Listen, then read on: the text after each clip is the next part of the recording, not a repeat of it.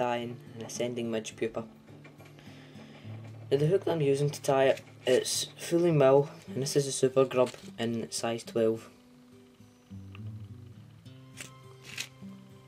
The thread that I'm using is Semperfly Nano Silk in black. Now just start your thread, and we're going to take it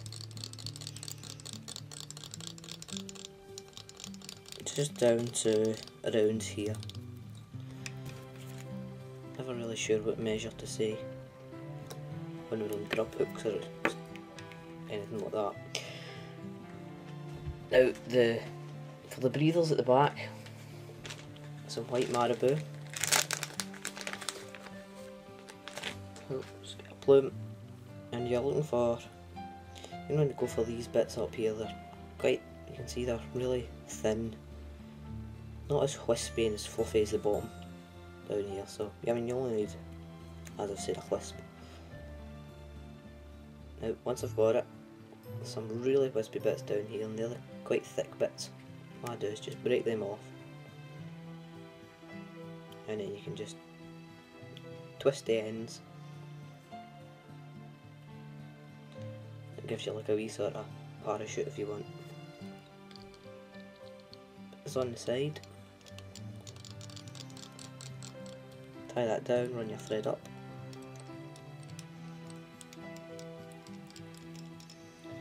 Tie that down.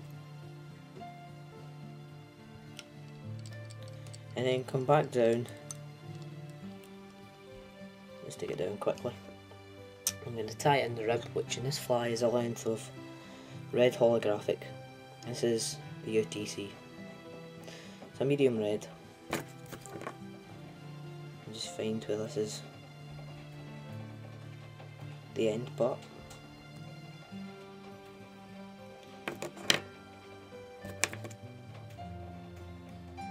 Trim that away. Put that on the side. Don't need a big bit. A couple of turns to hold that there. Then we're going to, for the body, we're using peacock herring. This is a peacock herring taken from the sword. You can see that's a sword feather there, and run it right down to where it's been clipped at the bottom. These are very long and very thin. I'm going to use 2 of them. So try to get them from around the same area, and they're very fragile when they're in the stock, so you may find that some of them are broken.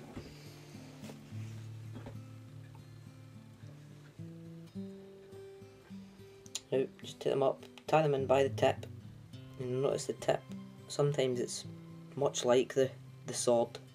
It's got wee intervals in the actual herring itself, so just take that off. Set your peacock herring against the side. Tie that in, run your thread all the way up. Good close touching turns, keeping the thread nice and tight. Now at this point you could tie in your breather at the top, or is it a breather cum sighter if you want. Just get the thread down to the eye, so I'm tying onto a layer of thread. Come back up a couple of turns. It's about an eye's width away from the eye itself. Now, a single length of antron, and you can pre-prepare this by, basically what I've got somewhere is just this silicone. It's in an hourglass, and what's it called, dry fly silicone.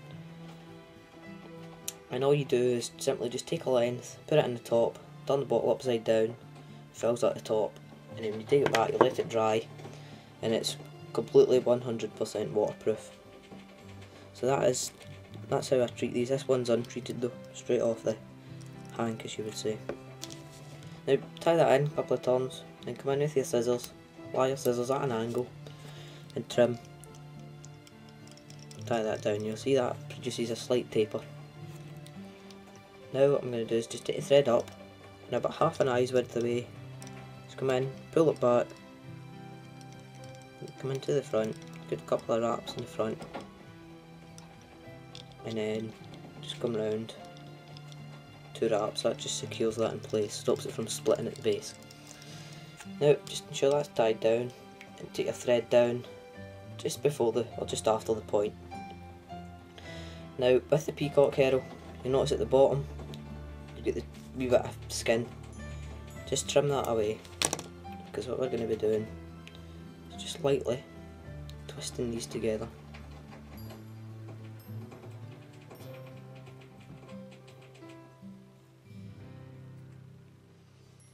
And then just start to wind it up the body. Now you can counter rib this. I just like to wind this the normal way and then wind the rib the opposite way. From where it's sitting just now, if I was to wind it the normal way, it would interfere with the bottom breather. Now when you get to your thread, just cross the thread over, a couple of turns, tie that down. Come in with your scissors, take away the waste piece. Now, as I said, just come in with your rib. Now you can stretch this out a bit, so it's too big, find the medium UTC works very well. Now ideally you want the space between them to be about the same size as the rib itself. So effectively you could get another rib in there, another size of tinsel in there. Now, straight turn at the eye, come over with your thread, tie that down, come in with your scissors and trim that away. Now, I mean, this is a very simple fly. It's extremely effective. I've never once used it and not caught fish. Given the circumstances, obviously, you don't want to use it on a day where the sun is blinding you and there's no fish coming up. But when fish are showing, this will definitely take them. And I'd go as far to guarantee that. Now, it's a dry fly, obviously, so what we're using for the thorax is, this is just cul de canard or CDC, and all I've done is just taken the feathers and stripped off. See how you do is just hold the tip, pull it, and then rip off each of the fibres and just set them down. Now you can cut them. When you rip them off, you tend to get the, I'll show you here, you see that one, the wee bit of skin on it just there. And this, I find this holds it together, and as well when you're dubbing it, it's like Velcro, it locks in and catches the other ones there. It's just added security. As I said though, you can just use your scissors and trim the fibres off like that. But it doesn't give it, it's not secure anyway. Now all I'm going to do, I don't need to use all of this. You only need a few feathers for the one fly, because it dubs quite heavy. You can see there, and that'll do for this fly. And I dub it on quite tight because it will loosen off as the turns go in. And then just take that up like that, and then come, just put on a tiny wee bit more just to do one turn in front of the breather, the antron.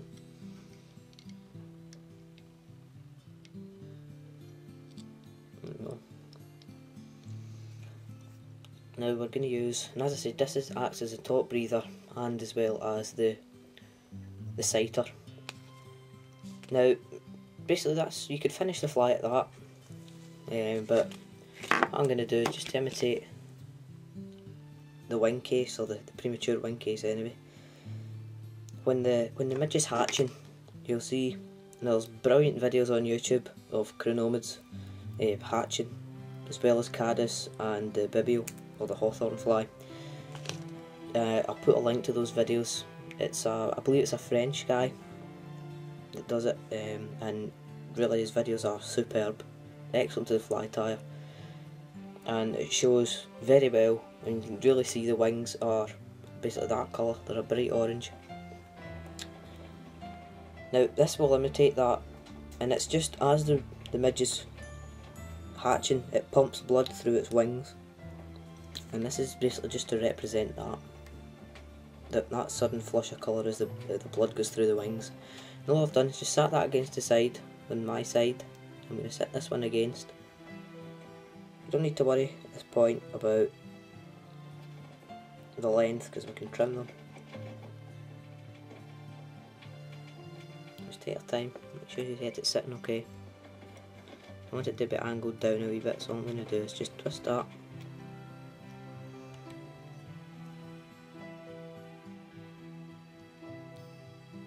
end got short as well, so I'll just pull it in.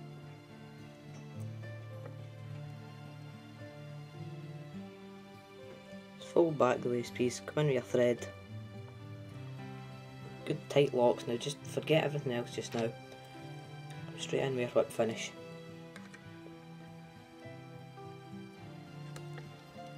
Three's plenty. Now really pull it tight with this Semper fly.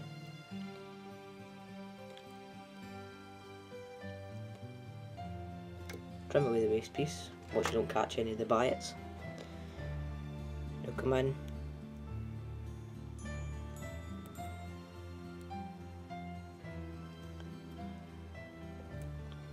just trim away the wee taggy end of the biots.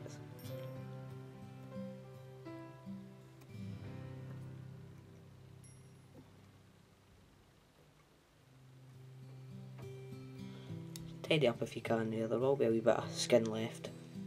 Now I'm going to come in, do my side first, angle the scissors, cut the biots. Now I usually turn the vise round to do this, so I'm going to try to use the preview in the camera if I can. About there, cut at an angle, and then trim. And that gives you, obviously, your wing buds. Now with the antron, I like to cut this about a centimetre or so. That gives you a good sighter. And then take the fly off the vise and put it in so the point's down. Now don't put it in too tight at this point, otherwise you can crush the point. What I do is just come in, sit at level, see this flat bit here, sit at level with that and trim. And then just come in and just sort of keep opening your scissors. It sort of raggies it up and you get this wee fine. I'm not sure if that even does do anything, but I've convinced myself that it does. It just sort of raggies it up a wee bit. So that is a very, very simple yet effective dry fly that has never failed to catch fish when there's a rise on. That is your Ascending Midge Pupa.